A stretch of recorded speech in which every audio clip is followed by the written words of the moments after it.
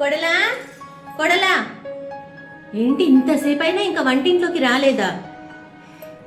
కొడలా కొడలా time ఎంతైందో చూసావా? ఇంకా లేవలేదా? కొడలా ఏంటత్తయ్య తలుపు కొడతారా ఏంటి? రాత్రి నీకు చెప్పాను కదా నా అన్న వదిన వస్తున్నారు, త్వరగా లేచి వంట చేయాలని. మరెందుకు లేవలేదు? నేను వంట చెయ్యలేనత్తయ్య, నాకు ఆరోగ్యం బాలేదు. చెయ్యలేను అంటే అర్థం? చెయ్యలేను అంటే చెయ్యలేను అని అర్థం.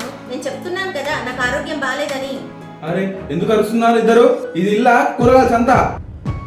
నువ్వే అడుగు నీ భార్యని. ఇంటికేమో చుట్టాలు వస్తున్నారు, ఇప్పుడు నీ భార్య నా ఆరోగ్యం బాలేదు అంటుంది.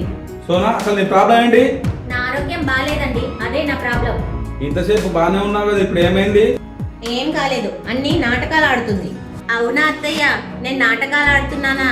నా పుట్టింటోళ్ళు వచ్చినప్పుడు సడన్ గా మీకు తలనొప్పి జ్వరం వస్తుంది కదా, అది కూడా నాటకమేనా? మీరు మా పుట్టింట్లో ఏదైనా ఫంక్షన్ అయితే చాలు మీకు అసలు లీవ్ దొరకనే దొరకదు. కానీ మీ చెల్లింట్లో ఏదైనా ఫంక్షన్ కానీ వెంటనే మీకు లీవ్ దొరుకుతుంది. అంటే అవి కూడా నాటకాలేనా? ఒక్క 2 రోజులు నా పుట్టింటి వాళ్ళని సంతోషంగా ఉంచలేరు, మరి నేనెలా జీవితాంతం మిమ్మల్ని మీ కుటుంబాన్ని సంతోషంగా ఉంచగలను?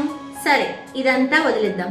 ఏమండి, మీరెప్పుడైనా మా అమ్మా నాన్నని మీ అమ్మా నాన్న అనుకున్నారా? అనుకోరు. కానీ నేను మాత్రం మీ అమ్మా నాన్నని మా అమ్మా నాన్న అనుకోవాలి, వాళ్ళకి సేవలు చేయాలి. ఇది ఎక్కడి న్యాయం అండి? ఇప్పుడు ఇదంతా ఎందుకు? నువ్వు వంట చెయ్యవు అంతేగా? అవునత్తయ్య అంతే. చూడు కొడుక, ఇప్పుడు ఈ వయసులో నేను వంటింట్లో వంట చేయాలి, అంత నా కర్మ. సోనా ఇది నువ్వు కరెక్ట్ చేయట్లేవు. అమ్మా ఆగమ్మా.